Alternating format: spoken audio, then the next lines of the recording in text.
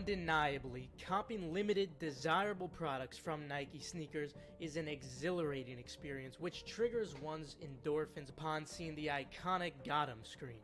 Why, you may ask? Because it hardly ever f***ing happens. By human nature, we want what we can have, and when we can have it easily, it loses value. Yes, my friends, today we'll be talking about something that revolves around the law of probability, as well as how to positively impact that probability of seeing the iconic "Got 'em" screen. Taking an L derives from numerous external and internal variables. To preface how you can increase your chances of copying by a significant amount, first we'll discuss exactly what these variables are. The most notable external variable is quite obvious: supply and demand, basic economics. Evidently, there is a reason why many limited sneakers sell for such extreme premiums in the secondary market.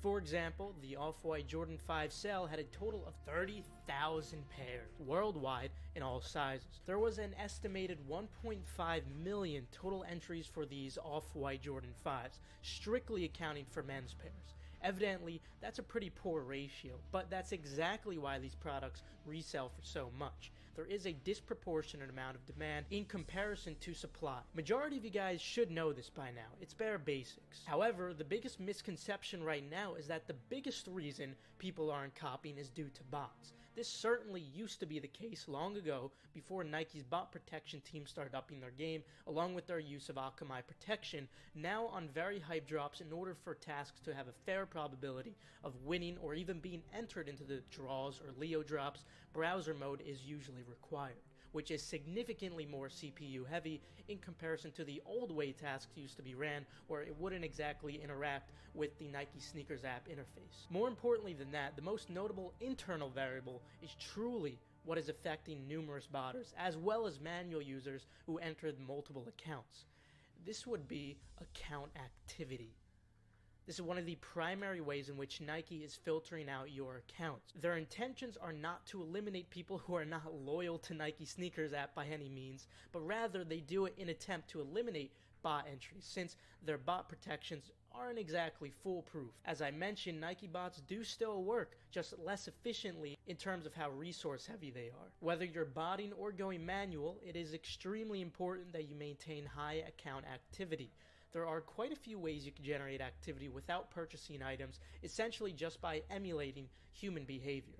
The most simple ways to execute this would be through the following: liking posts, clicking the share option, watching the street sneakers videos or live streams, and simply going for more drops in general. Taking L's actually increases your chances of copying, along with receiving exclusive access as well. As of now, we don't know for sure if there is a scale for the activity with a probability ratio, so I don't believe that you need to go overboard with this. You don't need to be generating activity for hours at a time every single day, but rather just logging into your accounts every once in a while before a drop is coming up, and that should suffice. So many people with brand new accounts will find that they're not hitting right away, but as time progresses, that's when they end up beginning to see the increased amount of success. Now, with filtering out of the way, let's discuss how to safely and efficiently make mass manual entries into sneakers drops. To start, there are three forms of sneakers drops. There is a flow drop. This is essentially a first come first serve, nearly never used on Nike sneakers, primarily just for Nike desktop,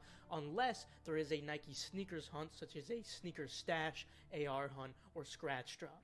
Then there is a Leo drop. This is essentially just a 2 to 3 minute raffle, which looks to be like a first come first serve at first glance. Leo actually stands for let everyone order. Then finally there is a Dan drop. Basically, Dan is a draw. This normally lasts for 10 minutes. The vast majority of the time you will see that the drops are Leo, but when something is extremely hyped, you'll see that Leo drops, try to get them all within 2 to 3 minutes, and for Dan drops, you'll see the countdown, which is usually 10 minutes. One thing you must note when creating mass entries, you do risk getting temporarily IP banned. A long time ago, I made a similar video to this, but at the time, VPNs were working fine. Now I'm making this updated video, especially for this reason, not just for the Nike SNKRS account activity playing a factor now. Now it seems that majority, if not all VPNs are either blocked completely or they may just be filtered out. Hence, you have two remaining options to go forward from here. Option 1 is to use a proxy switcher. I would suggest this method if you're planning to truly make a mass amount of manual entries, not just 10 to 15 or so,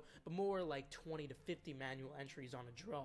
There are a ton of free proxy switchers. Just go into Google Chrome Web Store and search up proxy switcher. The proxy switcher itself is completely free, but you will of course have to pay for the proxies. If you want, you could use kit proxies. The link for that is in the description below. However, keep in mind that as of now, the only proxies I do sell are residential proxies. Honestly, I'd suggest data center proxies for Nike sneakers just for the extra speed when sending the requests, but it's up to you. Just make sure that the provider you do use advertises that the proxies do work on Nike sneakers, because not all data center proxies do. Now, on to option 2, I would suggest this if you're only planning to make 5-12 entries or so on average for draws. I doubt you can make too many more than that on a Leo drop, considering Leo drops are only 2 to 3 minutes and it does take time to enter into these draws. So now in option 2, you would split your entries, half on your local Wi-Fi and half on your phone hotspot. That will be a completely different IP address. If you really don't want to buy proxies and you still want to truly make a mass amount of entries,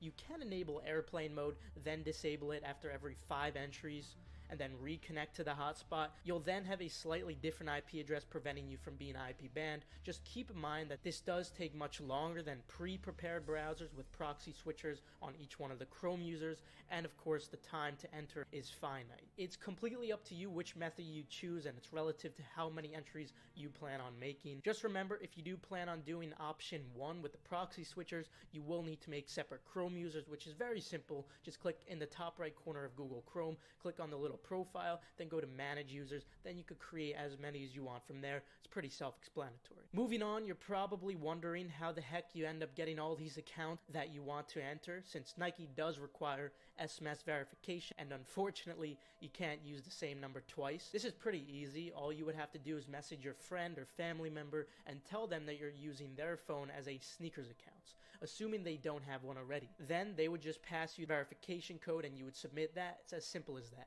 On the other hand, if you rather not bother your friends, or you simply just want a mass amount of accounts, you can feel free to purchase them from my site TARS. The link is in the description below. Now, moving on to information jigging. Believe it or not, you don't have to jig your address when it comes to Nike sneakers, unlike numerous other sites. If you do prefer to jig it just for safety, all you would need to do is add 4 random characters before the address. I still suggest keeping your name the same. They're not filtering because of that. Regarding the phone number, I like to personally use my actual phone number, then just changing the last 2 digits of it. And most importantly, this is what you really have to keep note of when it comes to your information. That would be regarding your payment. I suggest using the same payment only a max of 5 times on your account. Privacy.com is perfect. It's a free way for you to generate virtual cards.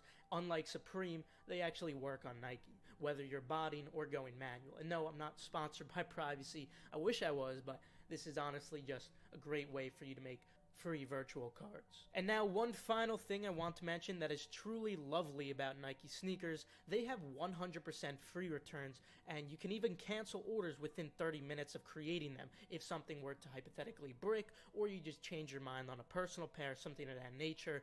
Therefore, you should be going for absolutely as many drops as possible to keep that activity high and catch more L's, because again, remember, those L's will also help increase your chances of earning exclusive access too. Obviously, if you only go for hype drops, you're not putting yourself at an advantage in comparison to anybody else for that exclusive access, but if you're going for tons and tons of drops, you will have a slightly higher chance at getting that exclusive access. And like I was mentioning before, we can't confirm exactly as of now if more activity is also helping in winning the Leo and Dan drop, or rather if just activity in general is what's setting you apart from accounts that don't have any pre-prepared activity. So if you think a sneaker has potential for $10 profit or $15 profit, something as low as that, like a brick cup, or if you just like something for personal, you could always return it if it happens to brick